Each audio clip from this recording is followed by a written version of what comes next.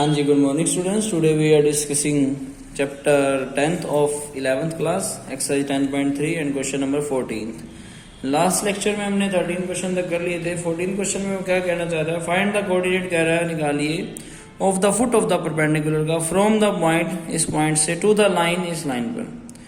तो ध्यान से देखिए, यहाँ पर एक लाइन है जो दूसरी लाइन पर आकर परपेंडिकुलरली जो है एक तरह से टच कर रही है, क्रॉस कर रही है। उसको find the coordinate of the foot of the perpendicular निकालना है। इस पॉइंट के कोऑर्डिनेट्स जो है निकालने हैं, मान लीजिए, और इसको मान लीजिए कि बी पॉइंट है, ठीक है। इसके कोऑर्डिनेट्स निकालने हैं फ्रॉम द पॉइंट, इस पॉइंट से जो आ रही है -1 और 3 से, मान लीजिए ये ए है और ये बी है।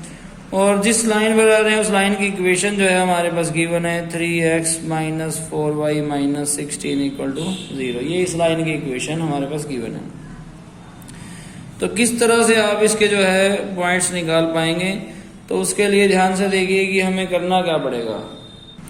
इसमें जो एक तरीका तो ये है कि इसका अगर हम स्लोप निकाल लें इस लाइन का, तो उस स्लोप को यहाँ पर जिस वाली लाइन से वो स्लोप जो है m1, इसका मान लीजिए m1 स्लोप निकल जाता है, इसका मान लीजिए m2।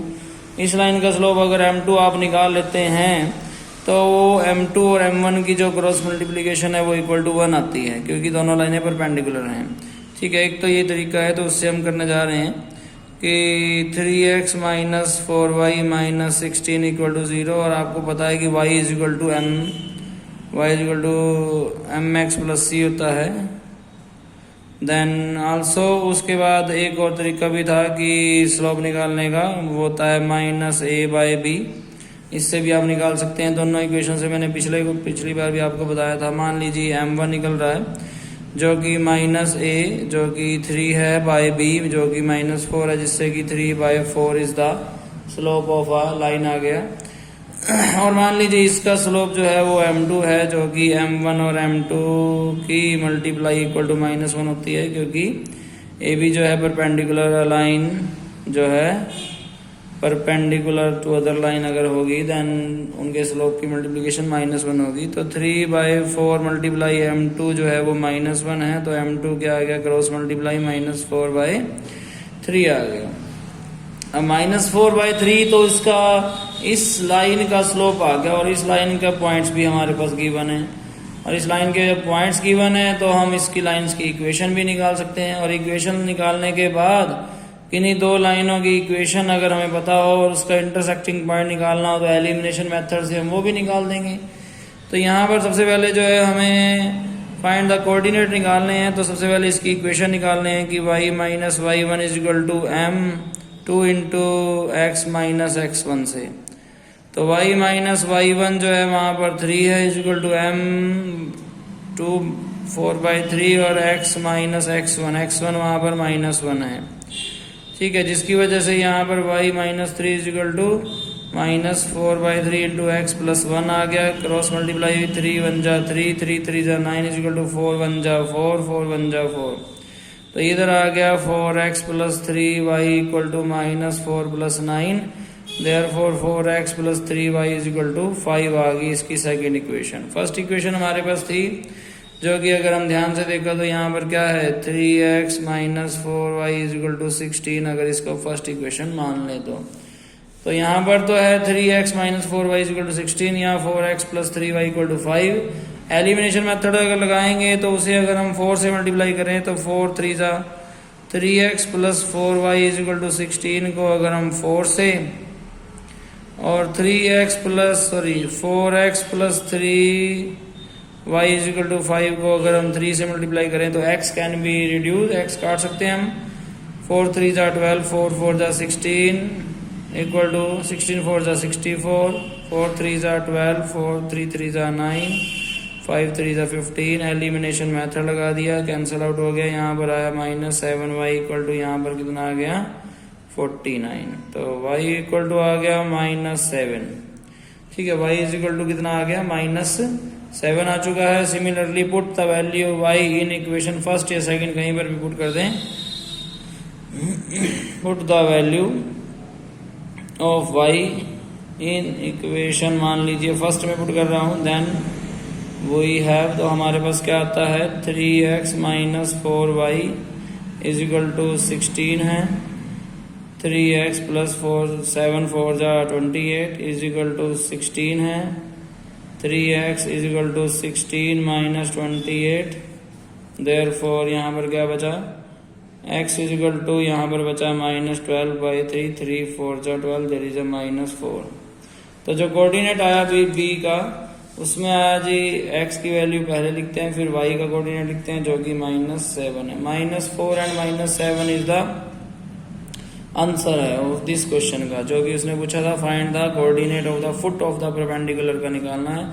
किन्हीं भी दो लाइनों का जो इंटरसेक्टिंग पॉइंट होता है वो इन दोनों लाइनों की इक्वेशन को सोल्व करके हम निकालते हैं। हमने 10th में भी निकाले थे by elimination method, substitution and cross multiplication.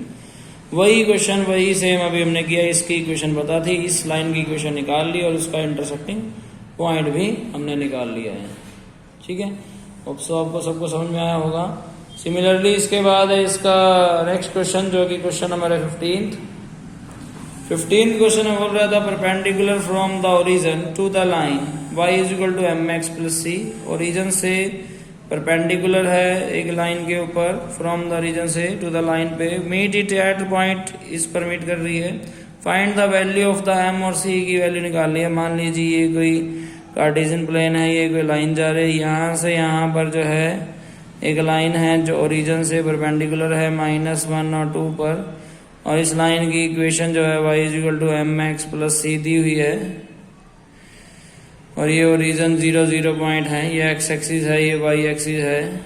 ठीक है, x की नेगेटिव एक्सिस, y की नेगेटिव एक्सिस। ठीक है, यहाँ से ये जो है परपेंडिकुलर है। हमें जो है इस y is equal to mx plus c में m और c की वैल्यू जो है हमें फाइंड आउट करनी है। तो यहाँ पर सबसे पहले ध्यान से देखिए कि अगर जो है यहाँ पे इसका स्लोप निकाल दिया जाए और इसका स्लोप हमारे पास गिवन है, तो वो परपेंडिकुलर होने की वजह से इक्वल टू -1 होगा।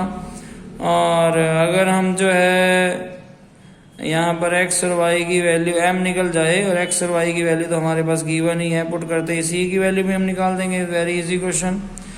तो सबसे पहले तो हमें जो है स्लोप निकालना पड़ेगा। मान लीजिए ये जो है a और ये b है, तो स्लोप ऑफ ए बी का अगर निकालें, ठीक है, स्लोप ऑफ ए बी का निकालेंगे तो y2 माइनस y1 बाय में x2 माइनस x1, किन्हीं दो पॉइंट्स के बीच में। तो ए बी का स्लोप निकाला, y2 माइनस y1 में आपने निकाल दिया। यहाँ पर मान लीजिए ये a है और ये b है, तो यहाँ पर y2 क्या होगा, 2 होगा, -0 बाय x2 क्या होगा, x2 जो है -1 होगा, -0 तो -2 ही आ गया। स्लोप ऑफ ए बी जो है वो कितना आ गया, -2 आ गया। और मान लीजिए ये जो है m1 है, और m1 और उस m की जो मल्टीप्लिकेशन है वो -1 है। क्यों मैंने m लिया, क्योंकि y is equal to mx plus c में m ही पड़ा है। तो यहाँ पर -2 m बाय इक्वल टू -1, तो m is equal to -1 by -2, m is equal to 1/2 आ गया जी।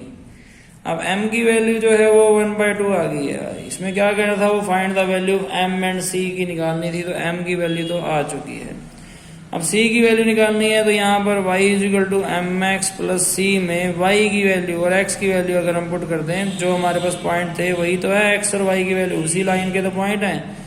और इस लाइन के जो पॉइंट होते हैं वो इस इक्वेशन में हर जगह के, मान लो यहाँ का पॉइंट, यहाँ का पॉइंट, कहीं का भी पॉइंट है, वो इक्वेशन को तो लाइज करेगा ही।